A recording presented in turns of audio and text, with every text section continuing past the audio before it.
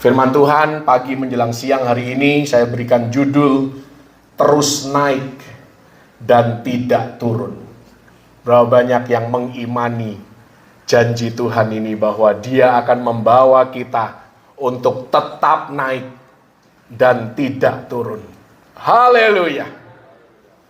Jadi sebagai orang Kristen kita tidak seharusnya percaya kepada yang namanya roda kehidupan. Di dalam kekristenan tidak ada roda kehidupan. Karena Tuhan selalu membawa kita naik dan tidak turun. Haleluya. Makanya Yesus naik ke surga. Suatu hari Dia akan kembali untuk menjemput Anda dan saya. Berapa banyak yang sudah tidak sabar hari itu terjadi. Hidup ini begitu melelahkan. Mungkin bagi Anda yang sedang bersuka cita, ya itu omong kosong, ya kan? Tapi bagi Anda, termasuk saya yang masih bergumul dan berjuang, tentu kehidupan ini cukup melelahkan. Karena itu perlu kita disegarkan di dalam pujian penyembahan seperti tadi. Ada motivasi yang baru, ada semangat yang baru, ada sukacita, ada dorongan yang baru. Sehingga kita bisa menggenapi firman Tuhan bahwa Tuhan mau kita terus naik dan tidak turun. Amin. Klik, kita membaca dua ayat yang secara sekilas mungkin tidak ada kaitannya dengan peristiwa kenaikan Yesus Kristus. Tidak ada hubungannya dengan kisah para rasul, tetapi yang namanya pengkhotbah, salah satu tugasnya adalah menyambungkan apa yang tidak nyambung menjadi nyambung. Tetapi bukan cocok logi. Haleluya. Semuanya harus ada dasarnya. Mari kita baca dua ayat diambil dari 2 Raja-Raja pasal yang keempat, ayat 34 dan 35. 2, 3. Lalu ia membaringkan dirinya di atas anak itu dengan mulutnya di atas mulut anak itu, dan matanya di atas mata anak itu, serta telapak tangannya di atas telapak tangan anak itu. Dan karena ia meniarap di atas anak itu, maka menjadi panaslah badan anak itu. Sesudah itu ia berdiri kembali dan berjalan dalam rumah itu, sekali ke sana dan sekali ke sini. Kemudian meniarap pulalah ia di atas anak itu. Maka bersinlah anak itu sampai 7 kali, lalu membuka matanya. Anda yang akrab dengan kebenaran firman Tuhan pasti tahu kisah ini. Ini kisah perempuan Sunem yang awalnya mandul, tidak punya anak, tetapi dikaruniai anak satu-satunya yang kemudian membantu ayahnya di antara penyabit gandum. Dan tiba-tiba tengah hari anak ini berkata, "Aduh, kepalaku, kepalaku." Dia kena stroke mungkin ya. Dan dia pingsan, dibawalah ke ibunya, mati di pangkuan ibunya. Setelah anak ini mati, ibunya buru-buru pergi menghadap Elisa.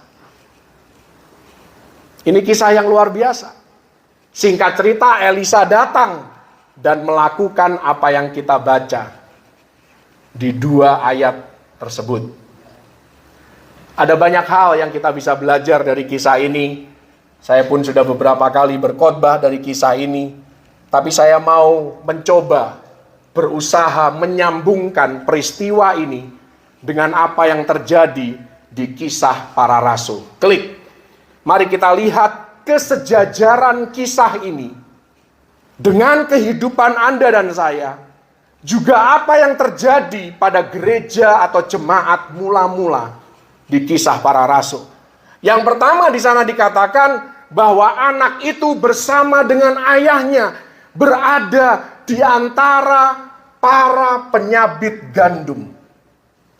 Ini punya makna bahwa gereja mula-mula setelah Yesus naik ke surga dan pada akhirnya Pentakosta, pencurahan Roh Kudus, mereka punya visi, mereka punya misi, yaitu melanjutkan karya Bapa di surga. Melanjutkan pekerjaan yang ditinggalkan oleh Yesus secara fisik.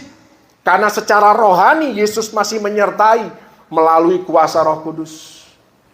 Yang kedua, anak itu berkata, aduh kepalaku. Dia kena sakit, dia bergumul. Ini berbicara tentang perjuangan hidup. Tantangan, ujian di dalam proses kita bertumbuh menjadi serupa Kristus. Bagaimana gereja mula-mula juga dibentuk, membentuk satu sama lain, supaya mereka lebih lagi rendah hati, lebih lagi mau bersatu hati demi kepentingan kerajaan Allah. Dan yang ketiga yang luar biasa adalah ketika perempuan Sunem ini, anaknya kondisi mati, saudara. Dia pergi menjumpai Elisa dan Gehasi. Di sana dikatakan ada satu pertanyaan, apakah segala sesuatu baik-baik saja kalau bahasa hari ini? Ini kondisi anaknya mati, saudara. Kalau Anda ditanya, anak Anda baru mati ini. Sebagai seorang ibu, kira-kira apa jawaban Anda? Apa kabar ibu? Bagaimana keadaan ibu? Anda tahu jawaban perempuan ini? Ketika ditanya oleh suaminya, kau mau pergi kemana? Jawaban dia, jangan khawatir. Oh, ini perkataan yang positif, saudara. Siapa di sini yang lagi tertekan, lagi marah, lagi ngambek, perkataannya positif? Jarang kalaupun ada. Semua orang kalau lagi tertekan maunya ngegas, emosi, darting. Ketemu lagi orang kedua, bapaknya sudah tahu anaknya mati, ngapain nanya-nanya, gitu kan? Bisa aja dijawab seperti itu. Tapi jawaban ibu ini, jangan khawatir. Ditanya lagi orang kedua, coba Anda ditanya satu kali aja mungkin sudah marah. Ditanya kedua kali, ibu gimana kabarnya? Lu gak tahu anak gue baru mati? Pasti ngamuk kecenderungannya. Ibu ini enggak loh. Ditanya apa kabarnya ibu? Semuanya baik-baik saja. Ada kata selamat. Ibu ini berkata selamat. Bayangkan saudara, dalam keadaan yang sangat negatif, dalam keterpurukan, kita harus belajar dari perempuan Sunem. Kalau hidup kita mau terus naik dan tidak turun, belajar berkata positif. Amin. Saya sudah masuk ke inti khotbah, padahal masih di slide pendahuluan. Begitulah kadang-kadang suka kebablasan. Ini berbicara tentang kondisi yang dialami oleh gereja mula-mula juga pada waktu itu. Dari berbagai bangsa, sekalipun sama-sama orang Yahudi, mereka tidak semuanya berbahasa yang sama. Ada orang Yahudi yang berbahasa Ibrani, ada orang Yahudi yang berbahasa Arab, dan lain sebagainya.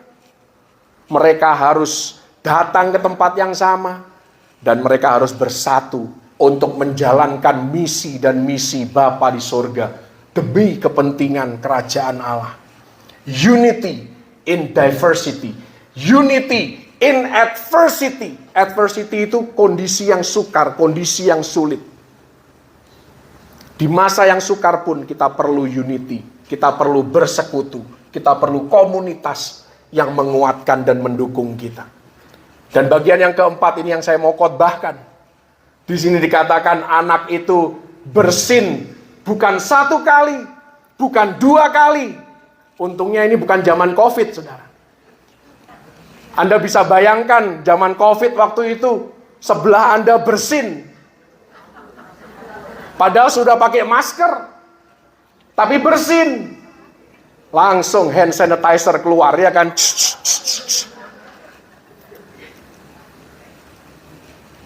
Anak ini bersin bukan 1 kali, bukan 2 kali, bukan 5 kali, 7 kali.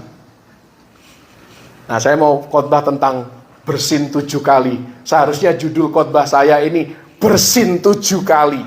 Cuman kan lucu kalau judul khotbah bersin 7 kali gitu kan. Apa maksudnya bersin 7 kali? Makin naik. Dibawa Tuhan ke level yang lebih tinggi dari waktu ke waktu. Dan kalau kita mengikuti prosesnya Tuhan, maka kita tidak akan pernah turun. Hamba, tubuh fisik kita semakin lemah, tetapi roh kita semakin kuat. Kita semakin dewasa di dalam kerohanian kita. Haleluya.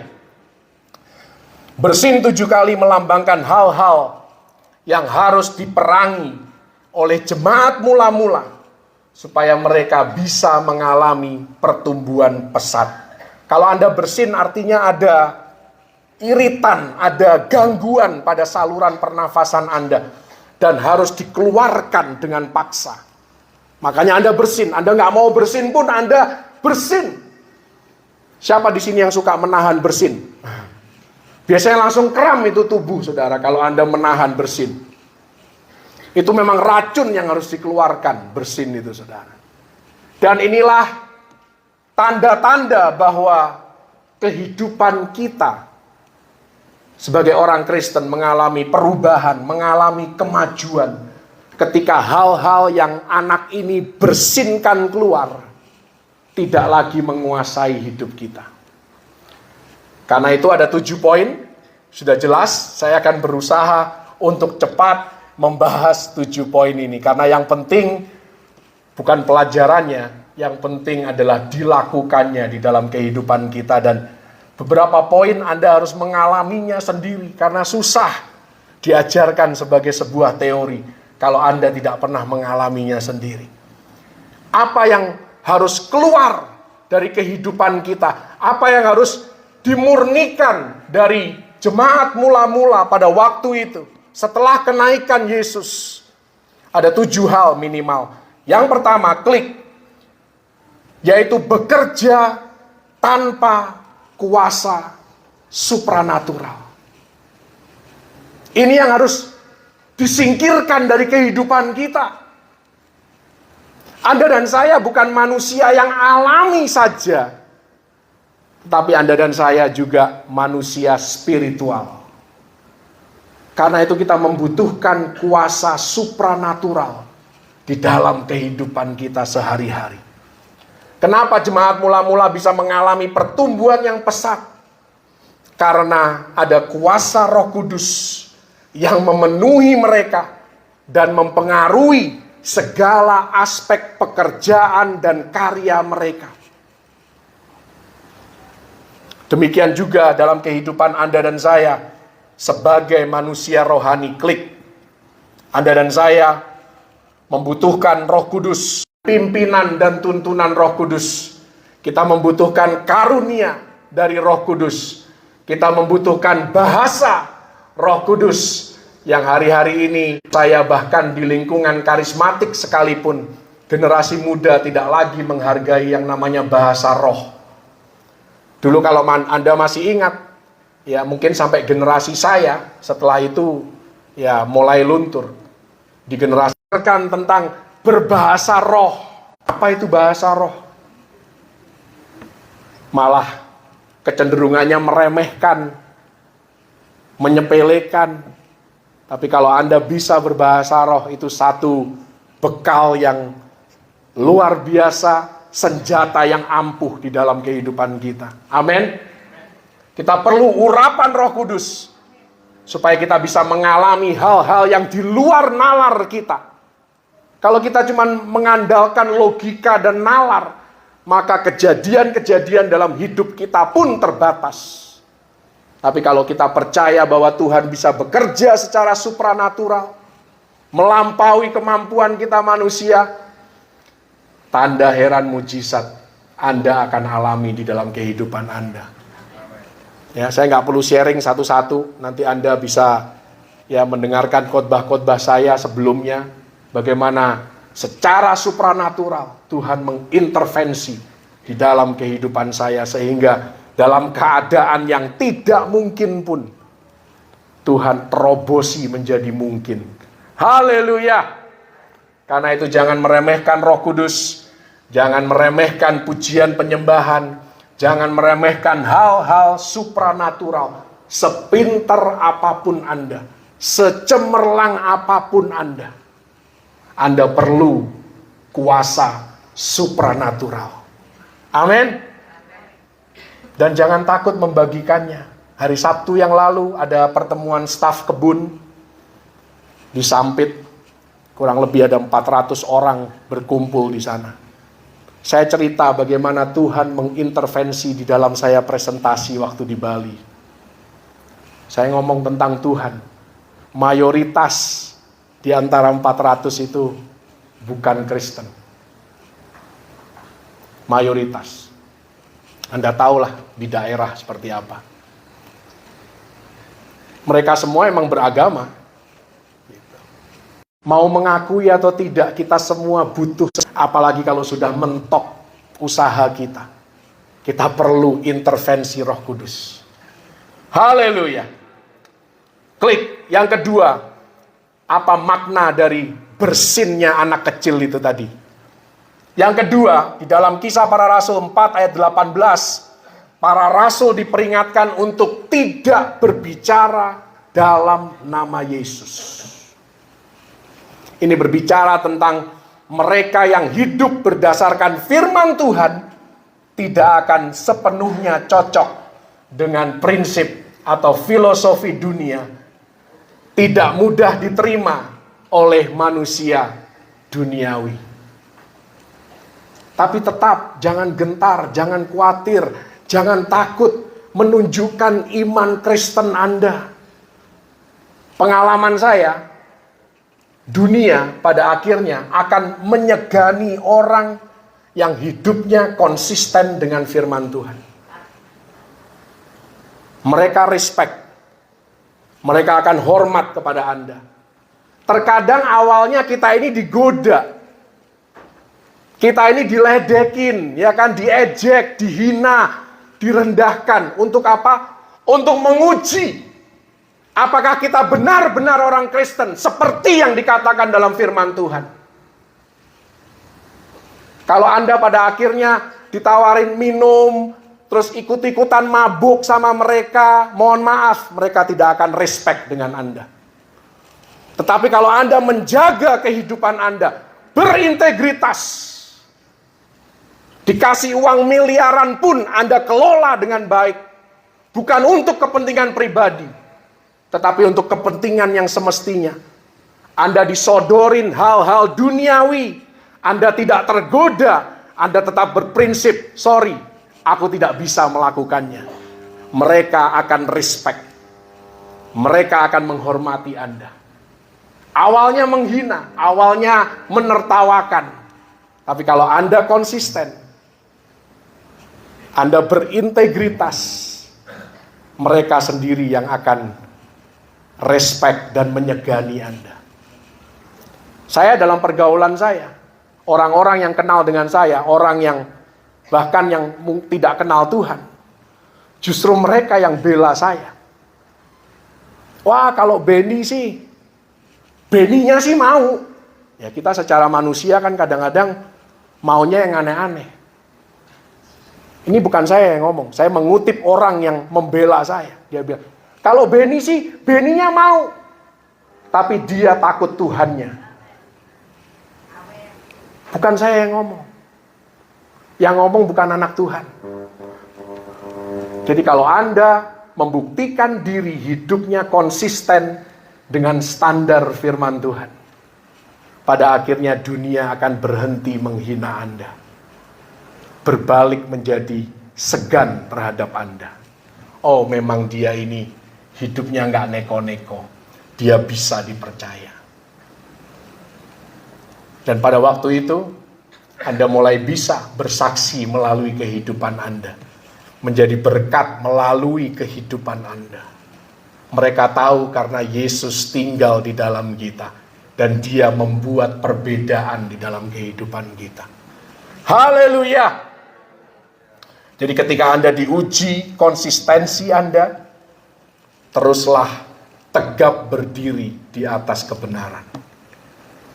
Itu yang kedua, yang disingkirkan, yang diperangi oleh jemaat mula-mula. Mereka dilarang berbicara dalam nama Yesus. Tapi Petrus menjawab, apakah aku harus taat kepada manusia? Atau aku harus taat hanya kepada Tuhan? Itu pertanyaan yang harus Anda dan saya jawab ketika diperhadapkan pada isu-isu moral yang menentang integritas kita. Klik yang ketiga, apa makna dari bersin 7 kali? Hal-hal yang harus kita perangi di dalam kehidupan kita. Hal-hal yang harus disingkirkan dari tengah-tengah jemaat mula-mula sehingga mereka mengalami pertumbuhan yang pesat. Materialisme. Hal yang ketiga, berkat Tuhan yang besar seharusnya membuat kita ingin menjadi berkat lebih lagi bagi pekerjaan Tuhan dan bagi mereka yang membutuhkan di sekitar kita. Yang setuju katakan? Ya. Amin beneran, bukan karena dipaksa pendeta ngomong amin. Ini harus dilakukan. Haleluya. Kisah Rasul 4 ayat 33, klik di slide berikutnya, dikatakan mereka semua hidup dalam kasih karunia yang melimpah-limpah. Ini membuktikan bahwa materialisme tidak menguasai hidup jemaat mula-mula. Dan materialisme tidak boleh menguasai kehidupan kita. Bukan berarti kita tidak butuh materi. Saya tahu kita semua butuh uang. Kita butuh yang namanya materi di dalam kehidupan ini. Sebagai kelengkapan hidup kita. Supaya kita bisa berfungsi maksimal. Tapi jangan sampai kita justru menjadi hamba dari materialisme. Amin. Ini beberapa bukti bahwa jemaat mula-mula berhasil memerangi materialisme. Kisah Rasul 2 ayat 45, Kisah Rasul 4 ayat 32 dikatakan di sana mereka membagikan hasil penjualan harta mereka sesuai dengan keperluan masing-masing. Bahkan dikatakan di sana segala sesuatu adalah kepunyaan bersama. Wow, mungkin beberapa dari Anda senang mendengar ini. Oh, kalau gitu milikmu milikku. Sayangnya milikku bukan milikmu.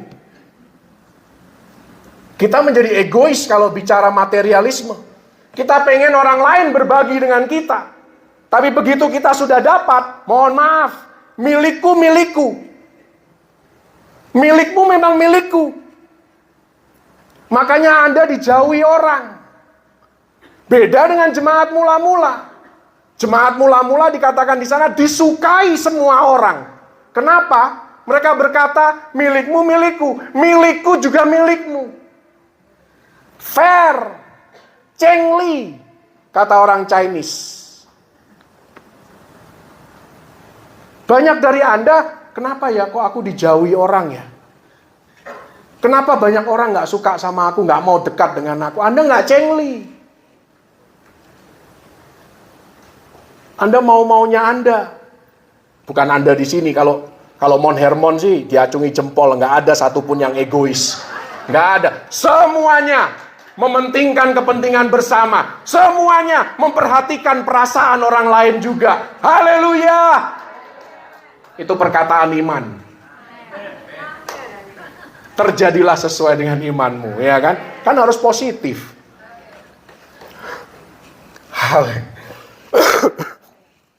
Mohon maaf.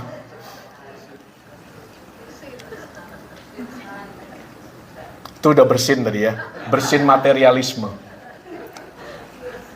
Dikatakan ini yang seringkali salah kita memahami kisah para rasul.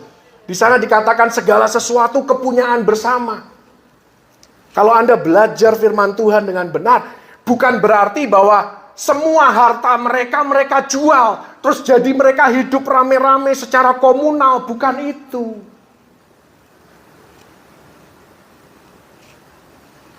Beberapa dari Anda yang kepingin milik orang lain, wah sangat mendukung. Segala sesuatu milik bersama. Wah, kita lagi pengen orang lain punya. Kita sangat mendukung ayat ini. Tapi bukan berarti terus sembarangan, tidak ada lagi hak asasi manusia. Tidak ada lagi hak kepemilikan. Ayat ini berbicara bahwa kemurahhatian begitu melimpah di antara mereka. Gak ada satupun yang pelit. Tidak ada satupun yang egois dan mementingkan kepentingannya sendiri. Semuanya memikirkan bagaimana supaya kita bisa bertumbuh sama-sama. Bagaimana supaya gereja ini bisa maju. Pelayanan kita bisa diterima. Dan banyak jiwa diselamatkan. Jadi kepentingan bersama menjadi fokus utama. Kenapa mereka bisa begitu kompak, begitu solid? Karena nggak ada yang namanya roh materialistis. Nggak ada di antara mereka. Seringkali 95% mungkin ya dari statistik perceraian terjadi. Karena apa? Alasan ekonomi. Ya memang sih kalau ditelusuri kasus per kasus ada salahnya juga. Suami tidak mau membiayai istri, tidak mau menafkahi keluarga. Ya pantaslah istrinya minta cerai. Nggak ada di Mount Hermon. Memang harus kuat, saudara. Di dalam pernikahan itu. Perlu kemurahan hati. Haleluya. Ada kisah di dalam Kisah Rasul pasal 5, ayat 8, pasal yang 8. Sudah jelas di sana ada beberapa contoh yang memperlihatkan bahwa gereja mula-mula tidak memberhalakan yang namanya mamon.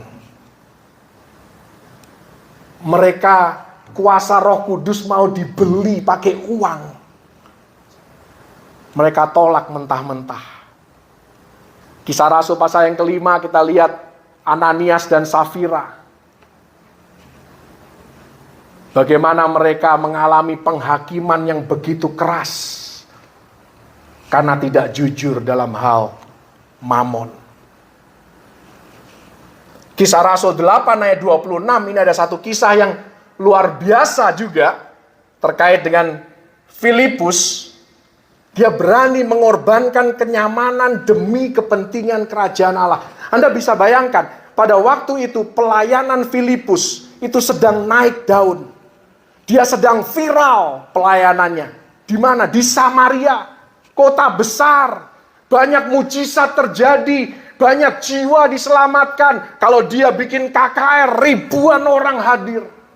Pelayanan dia di Samaria.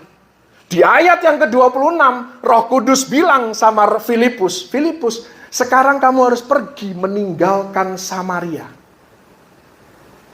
Kamu harus pergi ke jalan yang sunyi. Pergilah ke Gaza. Anda bayangkanlah. Memang di sini nggak ada pendeta yang jemaatnya ribuan. Anda bayangkan, Anda punya jemaat ribuan. Tiba-tiba satu hari, Tuhan berkata kepada Anda, pindah dong ke desa yang kecil sana. Rintis jemaat di sana. Kira-kira perasaan Anda seperti apa? Anda udah bertahun-tahun nih melayani. Udah membangun gereja itu, pelayanannya jadi besar. Kalau saya sih, saya pakai contoh saya aja biar tidak menyinggung perasaan siapapun. Kalau saya sih, hamba Tuhan punya ribuan jemaat, disuruh pindah sama Tuhan. Saya bilang sama Tuhan, kayak ini bukan suara Tuhan deh.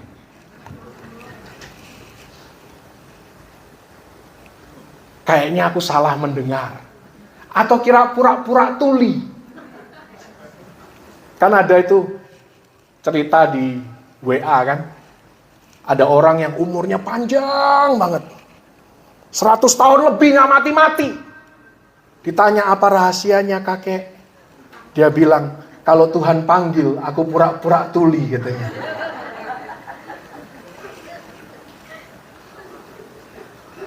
Nggak mati-mati dia, saudara. Kalau saya jadi Filipus sih, sorry ya, saya masih manusia. Saya sih ogah, suruh pindah ke tempat yang sunyi. Tuhan, terus jemaat nih siapa yang ngurus? Nanti KKR nggak ada saya. Oh, nggak ada urapannya. Mohon maaf.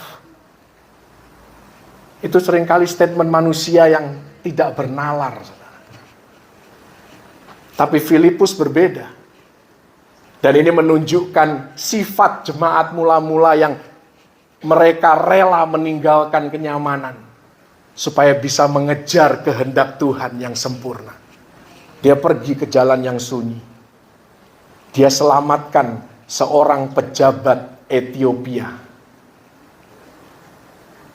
Yang Filipus mungkin nggak tahu adalah pejabat Ethiopia inilah yang pada akhirnya membuat kebangunan rohani di Ethiopia.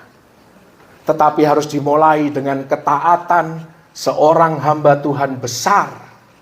Pergi ke tempat terpencil.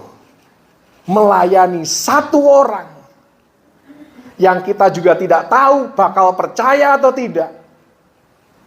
Tapi ternyata yang dilayani menjadi percaya, minta dibaptis, diselamatkan.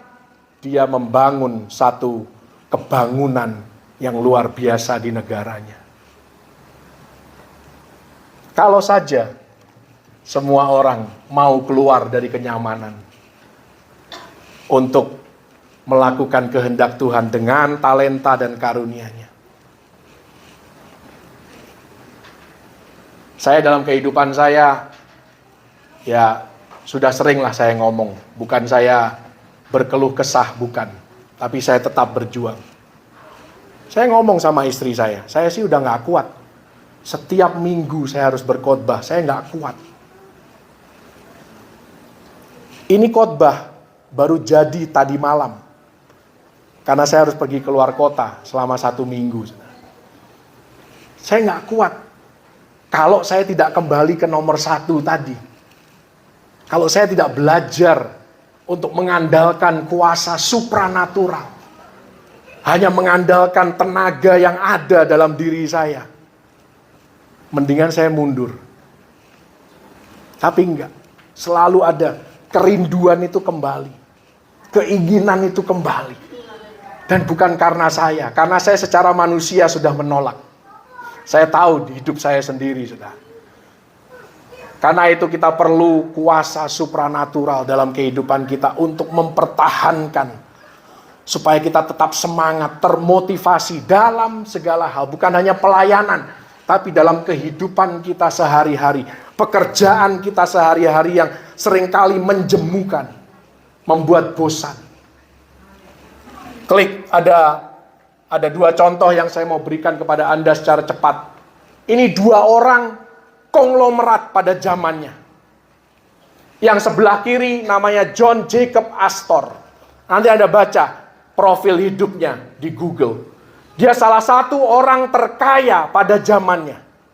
Terkaya bukan di negaranya saja, tapi terkaya di dunia. Yang sebelah kanan itu namanya Isidor dan istrinya Ida.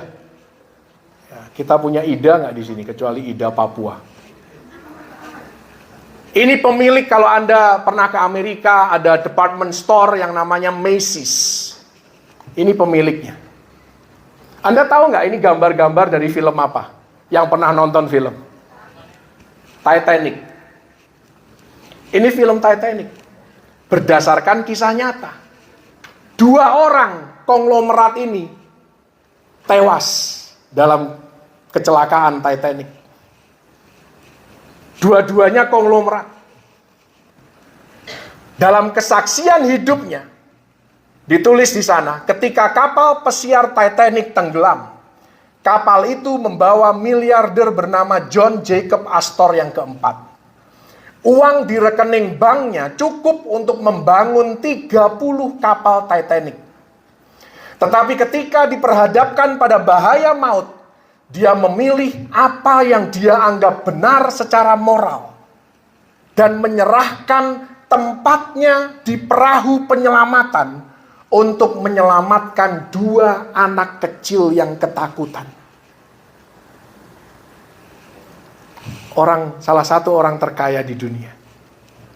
Yang kedua, miliarder Isidore Strauss, salah satu pemilik jaringan department store terbesar di Amerika, Macy's, juga berada di kapal Titanic, mengatakan, saya tidak akan pernah menaiki sekoci sebelum orang lain.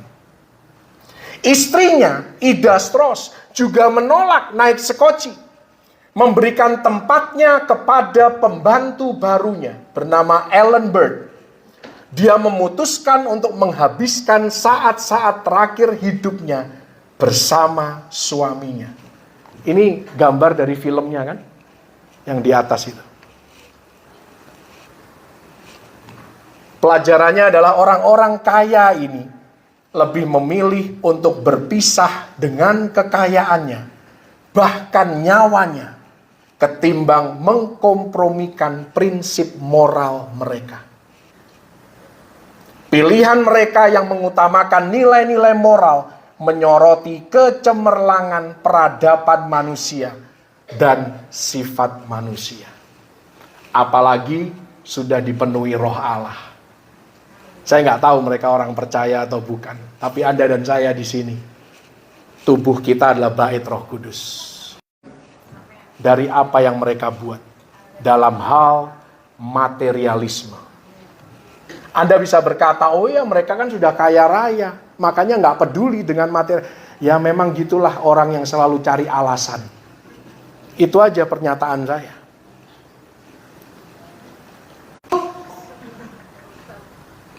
Sungut-sungut, wow, ini bakalan menyinggung perasaan banyak orang nih kayaknya. Tapi nggak apa-apa, kita lewati dengan cepat ya. Kita lewati dengan cepat karena waktu terus berjalan, saudara. Dalam segala keadaan, fokus pada apa yang baik. Saat menghadapi tantangan, daripada Anda bersungut-sungut, komplain dan berkeluh kesah, mari Anda angkat tangan. Dan pujilah Tuhan yang sanggup mengubahkan keadaan. Haleluya. Bukankah itu sikap yang jauh lebih baik? Klik. Kenapa? Karena sungut-sungut itu melelahkan. Bukan hanya melelahkan orang yang dengar sungut-sungut Anda, tetapi juga melelahkan diri Anda sendiri. Ada di sini yang habis bersungut-sungut jadi semangat gitu. Semangat gosipin orang iya. Tapi semangat untuk berbuat yang positif jarang sekali. Orang yang bersungut-sungut pada umumnya, ini yang tadi saya singgung, bukanlah seorang kontributor. Yang kedua, orang yang suka bersungut-sungut biasanya tidak mau terlibat, tapi suka ngomel. Tidak mengikuti proses, tapi suka mengkritik hasilnya. Sangat mudah Anda mengkritik, khotbahmu nggak bagus Ben.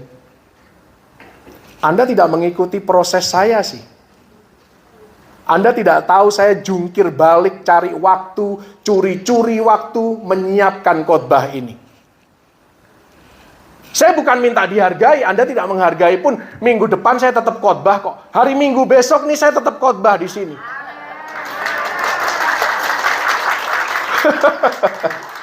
Jadi saya nggak peduli Anda mau ngomong khotbahmu bagus, khotbahmu jelek. Bagi saya sih bodoh amat.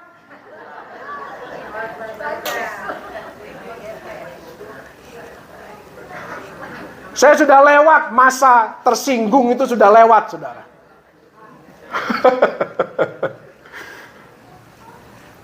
Ya saya cuma bisa bilang kalau khotbah saya pas jelek, ya derita lu lah, gitu.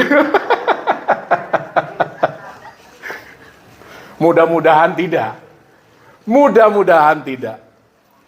Jadi bagaimana kita memerangi roh yang suka bersungut-sungut? Contohi Rasul Paulus. Dia berkata dalam Kisah Para Rasul 26 ayat yang kedua, dia dikatakan di sana, I think myself happy. Dalam keadaan apapun, aku mencoba untuk happy-happy saja. Nerimo, legowo. Dalam bahasa Indonesia dikatakan aku berbahagia. Itu terjemahannya. Bahasa Inggris, I think myself happy. Coba Anda berpikir yang happy-happy. Saya sebenarnya nggak suka perjalanan darat yang panjang. Tapi ketika ada perjalanan darat yang panjang yang saya harus lewati, I think myself happy. Dibawa happy aja. Amin. Diperhadapkan pada pekerjaan yang sukar, I think myself happy. Kenapa? Karena Tuhan pasti menolong. Haleluya. Klik. Berikutnya adalah ketakutan. Takut gagal, takut ditolak, takut terhadap manusia. Ketahuilah bahwa Yesus beserta kita. Dan yang kita butuhkan adalah perkenanan Allah. Kemurahan Allah atas kita. Kalau Tuhan berkenan atas kita, gampang sekali manusia mendukung kita.